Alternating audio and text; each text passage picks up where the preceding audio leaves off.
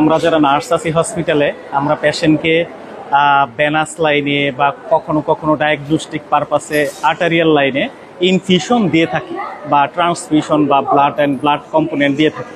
তবে এই ইনফিউশন বা ট্রান্সফিউশন দেওয়ার সময় যদি এই যে দেখতে পাচ্ছেন বাবল, এয়ার বাবল, এই এয়ার বাবল যায় তাইলে কিন্তু পেশেন্টের ক্ষতি হইতে পারে।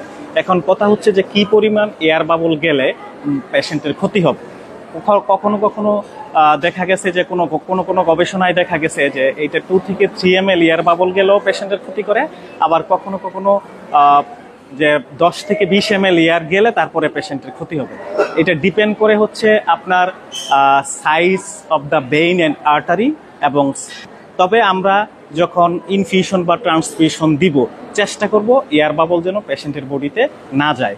যদি যায় এয়ার বাবল তাইলে এইটা হচ্ছে আমাদের ভেইন বা আর্টারিতে যেখানেই যায় সেইখানে ব্লকেজ তৈরি করতে পারে। মেবি ব্লকেজ তৈরি করার পরে চেস্ট পেন হতে পারে, শ্বাসকষ্ট হতে পারে, ব্রেইন স্ট্রোক হতে পারে এবং হার্টের রক্তনালী বা আর্টারি যদি ব্লকেজ করে দেয় তাহলে হার্ট অ্যাটাক হতে পারে।